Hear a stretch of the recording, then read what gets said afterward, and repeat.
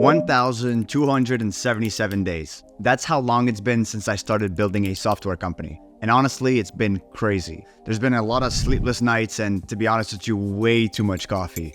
But through it all, I've picked up some pretty valuable lessons, and today I want to share those with you. I'll be telling you some real stories about my journey building Wave, the digital business card platform I co-founded, and I think you might find some value in my experiences. So let's dive into the top 13 things I've learned in those 1,277 days. So number one, focus on niche markets. One of the first things I've learned, sometimes the hard way, is the power of focus.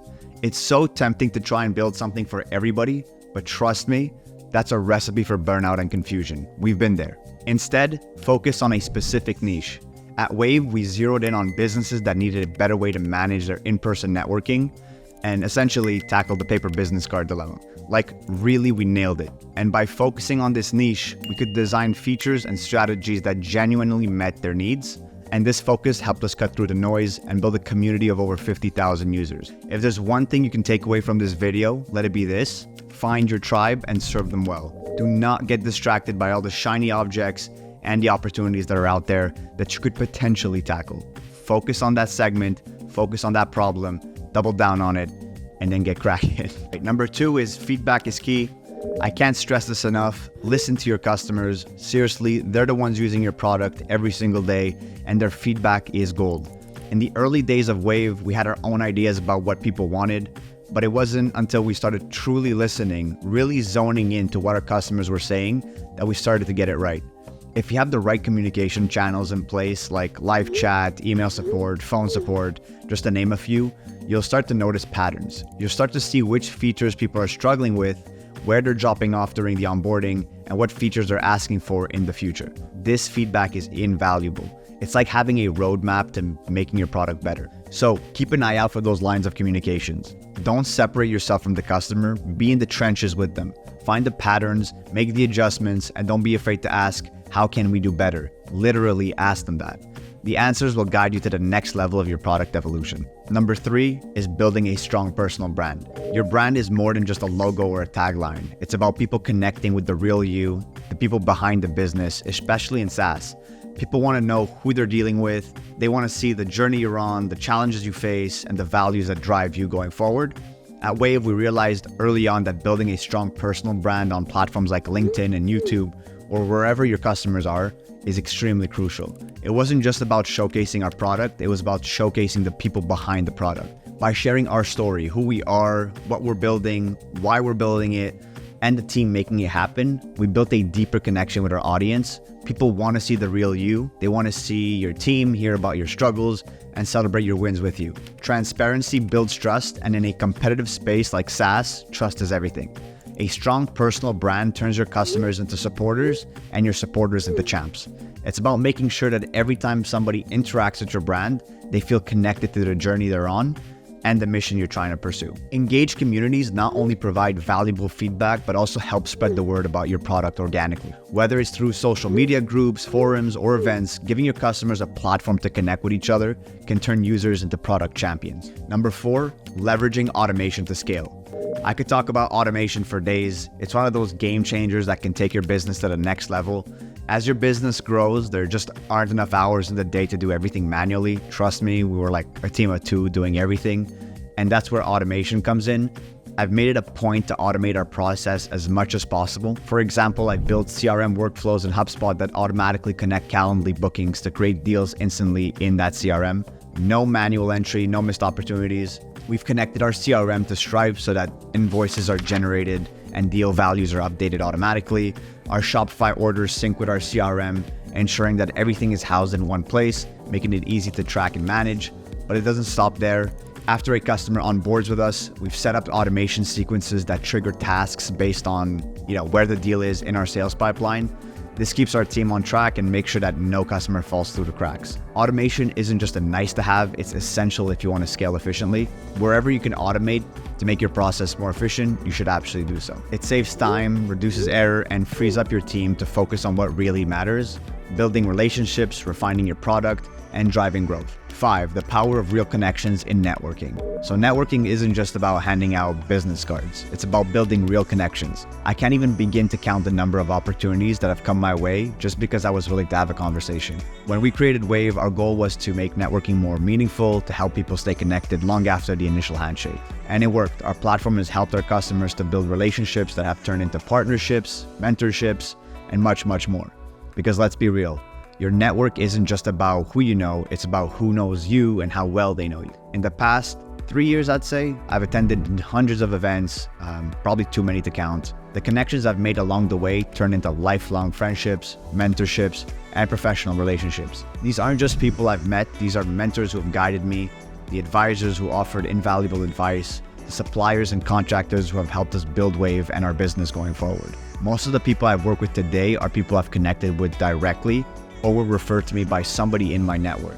And that's the real power of networking. It's not just about expanding your contact list, it's about building a web of relationships that supports and propels you going forward. Remember, the value of your network isn't just its size, but in the depth and quality of the connections you've made. So number 6 is adopting a data-driven approach. So data doesn't lie. When you're running a SaaS business, numbers are your best friend. They tell you what's working, what's not, and where you need to focus on your effort. We pretty much track everything from customer acquisition costs, lifetime value, churn, you name it, we track it. This approach has been crucial in helping us make smarter decisions and avoid costly mistakes. For instance, when we noticed our CAC was creeping up and we dove into the data to pinpoint the issue, turned out paid ads was the problem, so bye-bye paid ads, hello SEO. So this adjustment brought our costs back down and kept us on track. Pretty simple. If you're not looking at the data, you're flying blind, but it doesn't stop there. We also keep a close eye on user acquisition, the numbers of exchanges happening on our platform, and the active user engagement. By tracking these metrics, and these could be different for everybody, we can identify patterns and make the necessary adjustments to our platform. Our constant question is, how can we make our customers' lives a lot easier? How can we help them reach that key value driver so they keep coming back to our product? Tip, it's not sponsored, just something I found incredibly useful.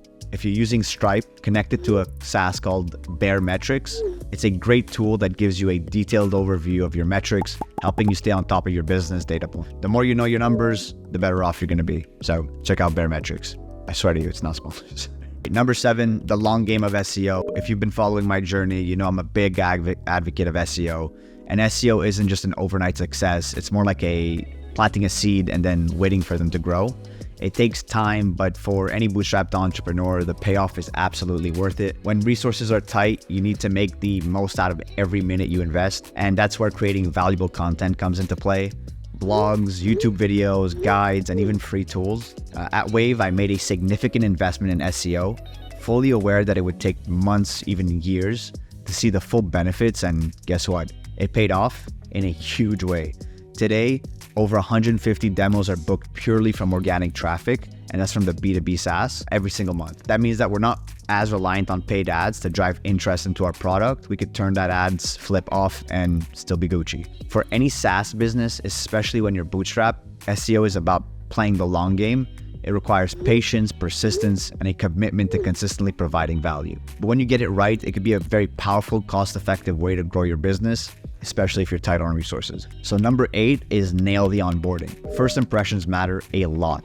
In SaaS, your onboarding process isn't just the first step, it's the foundation to the entire customer journey. How you welcome and guide your new users can make all the difference in whether they stick around or churn. A smooth, intuitive onboarding experience helps new users quickly understand the value of your product. If they can start seeing results right away, they're more likely to stay engaged going forward. That's why it's so important to invest time and resources into creating a killer onboarding flow. It's not just about showing them how to use your product. It's about helping them achieve their goals as quickly and easily as possible. And the key here is to figure out exactly what that end goal is. Think of onboarding as a guided tour of your product's key features. You want to lead your users to the most important steps, highlighting the things that will bring them the most value. And remember, onboarding doesn't end after the first session. It's an ongoing process of support and engagement. So here are 2 books I highly recommend if you want to get better at product-led. One of them is called Product-Led Onboarding by Ramil John, and the other one is called Product-Led Growth by Wesley G. Bush. So check those out. Great. So number 9, customer retention is a hidden gem. Getting new customers is great, but keeping them, that's where the real magic happens. In SaaS, your long-term success depends on retaining the customer you've worked so hard to win. Good customer retention does more than just keep the lights on. It leads to more revenue from repeat purchases, serves as a lagging indicator that your product is meeting existing market demand, and can even drive new customer acquisition through word of mouth. When customers stick around, they're more likely to become your biggest advocates, sharing their positive experience and bringing others to your product. Remember, it's easier and cheaper to keep a customer than find a new one. So invest in your relationships, provide great support, listen to feedback, and continually deliver value. When you do that, your customers will not only stick around, but they'll also invest in you by spreading the word. Every successful SaaS company has a customer-centric mindset. This means putting your customers' needs at the front of every decision, from product development to customer support. After all, happy customers are your best marketers. Number 10, it's the art of pricing. Pricing isn't just about covering your costs. It's about communicating the value of your product. And let me tell you, getting it right is an art. We've experienced with our pricing a lot before we found the sweet spot. We started with a simple model, but we learned more about our customers and their needs and transitioned to a tiered pricing strategy, which allowed us to cater to different segments without leaving money on the table. Here's something interesting we discovered along the way. Pricing higher is often better. When your product is priced higher, it's perceived as more valuable.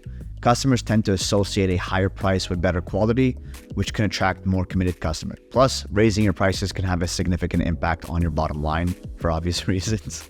However, there's a catch. When you set your prices higher, the perceived value of your product increases. And with that comes the expectation that your product will deliver at that level. Your product needs to match the perceived value or you risk disappointing your customer. 11 is get agile. Being able to adapt quickly is everything. Agile development lets you move fast, respond to customers' feedback right away, and keeps improving your product one step at a time. What I love about Agile is how it keeps you flexible in a space where the market or technology can shift overnight.